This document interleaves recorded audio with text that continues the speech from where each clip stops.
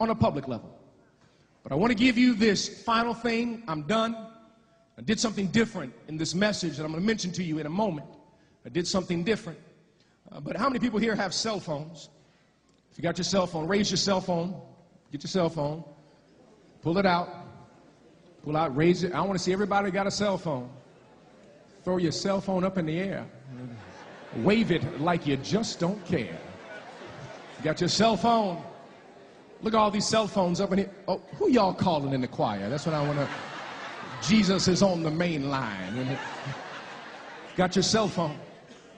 The cell phones that we have, in order for those cell phones to be produced, most of the cell phones that we have, you need a mineral called coltan. A mineral called coltan. Much of this mineral comes from the Democratic Republic of the Congo.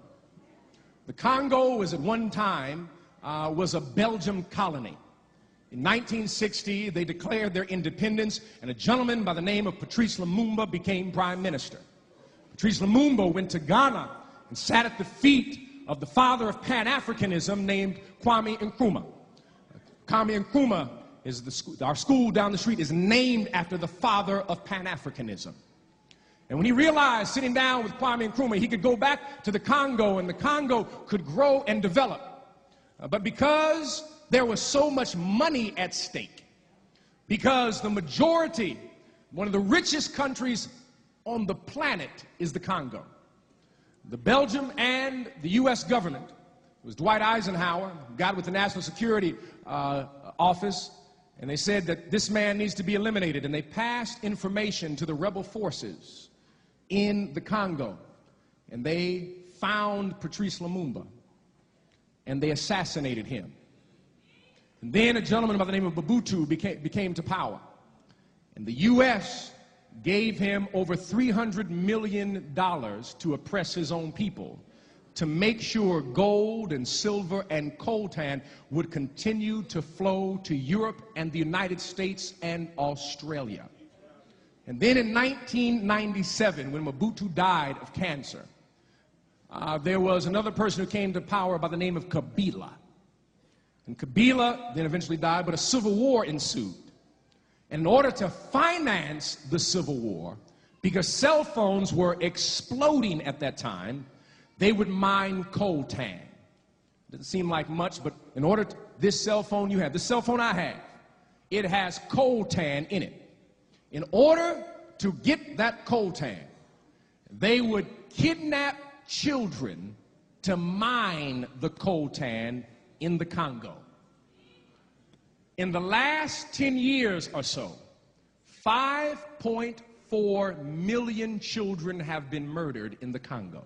5.4 million people, have been murdered in the Congo. Almost 50% of them children.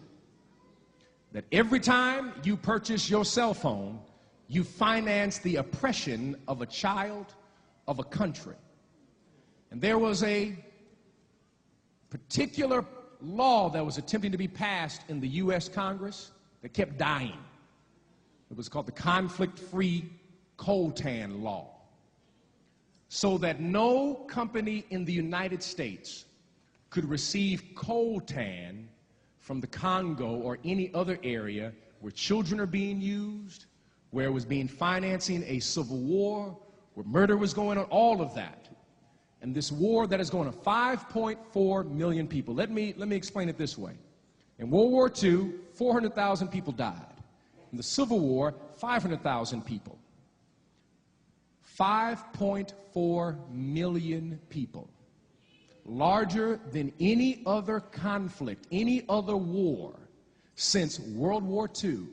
More people have died in the Congo than any other conflict in the last 40 years combined. But no one has heard a thing, because it's happening in Africa, in the Congo, and there's so much money at stake. Coltan. So this is what we are asking. I did this last week. We are simply asking that you would do three things. Number one, is that there is a letter that we passed out today that connects with this. That you would sign that letter so that it can go to Dick Durbin so that they can pass this law.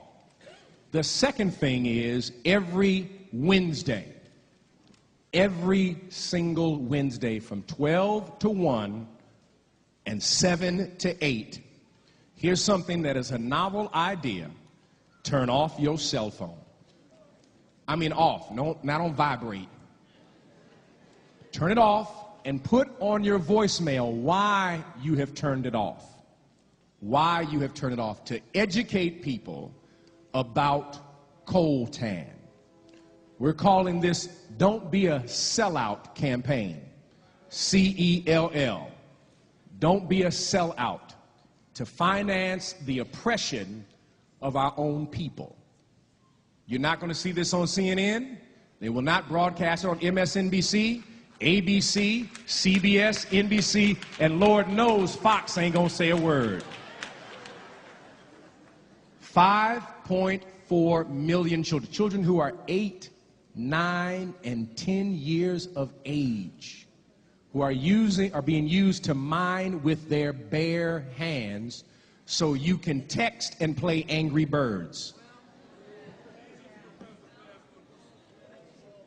And here's what you can do. I gave you 2 things. The third thing is simply this. Do not upgrade your cell phone. There's some other phones. He said, oh, he's about to have a whole... He said, he's about to pass out. In the name of Jesus. Do not upgrade. Because what do you want to get a new feature that you don't use anyway. So you can just say you got the new phone. But remember now, every time you purchase, because they're used in new cell phones. I'm not talking about the landline phones you have at your house. The cell phones, you are promoting the death of children in the Congo. Just by buying a cell phone. The cell phone you have, can it make a call? Then that's what it's for, right? Amen. You got all this other stuff. You're trying to videotape. Get a video recorder if you want that.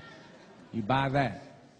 But simply do not upgrade your cell phone so that we can begin to pressure companies to let them know that we cannot stand for this kind of activity. Choose life. Choose life. Don't be a quasi-liberationist. What's a quasi-liberationist? You want to hear somebody talk about liberation, but you don't want to live liberation. That means that you have to do some things, choose some things, shift your own shopping habits so that it fits in order for us to choose